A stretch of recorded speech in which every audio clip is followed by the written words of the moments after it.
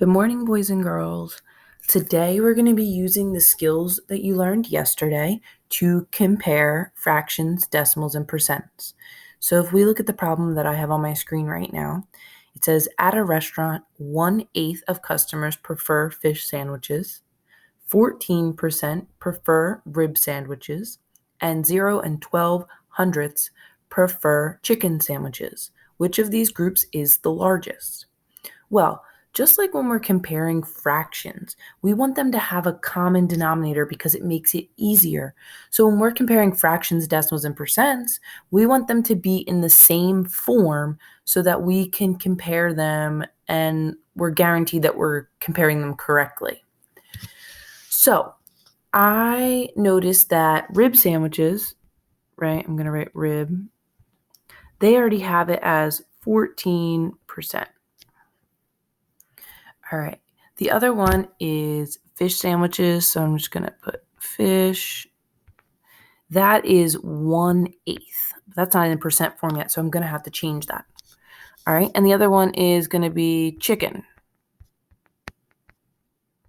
And that is 0 and 12 hundredths. So the first one, rib, that's already set in percent form, 14%. Fish, though, on the other hand, is a fraction.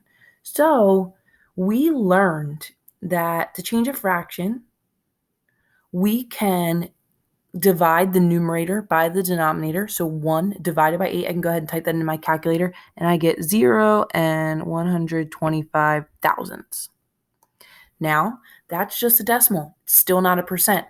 So to change a decimal to a percent, we learned that I can move the decimal point to the right 2 times when I multiply by 100. So 1, 2. And I end up with 12 and 5/10, and I got to add my percent symbol at the end. All right, so now if I'm just looking at what I have rib at 14% and fish at 12 and 5/10%. So far, rib is greater than the fish group. So now let's do our final step. Let's change, not really our final step, but one of our last steps. We got to change 0 and 12 hundredths to a percent. So again, decimal, just like I did here. Got to multiply by 100 or move it to the right 2 times, leaving me with 12, right? I don't need that decimal point to the right of it. And that is 12%.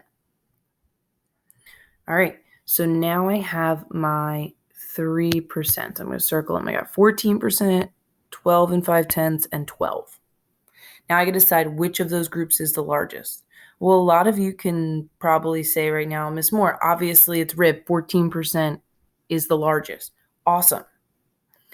But we want to be able to compare because on your assignment today, you're going to need to select some comparisons that make this true. So I could write a couple things. I could write, let me change my font to green for this one.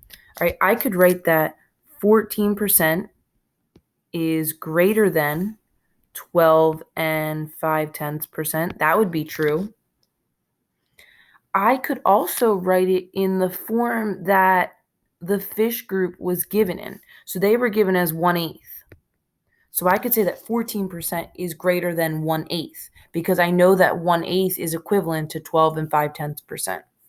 I could even, if I want to talk about the chicken over here, I could say that 14% is greater than 0 and 12 hundredths because that was the original form. Or 14% is greater than 12%.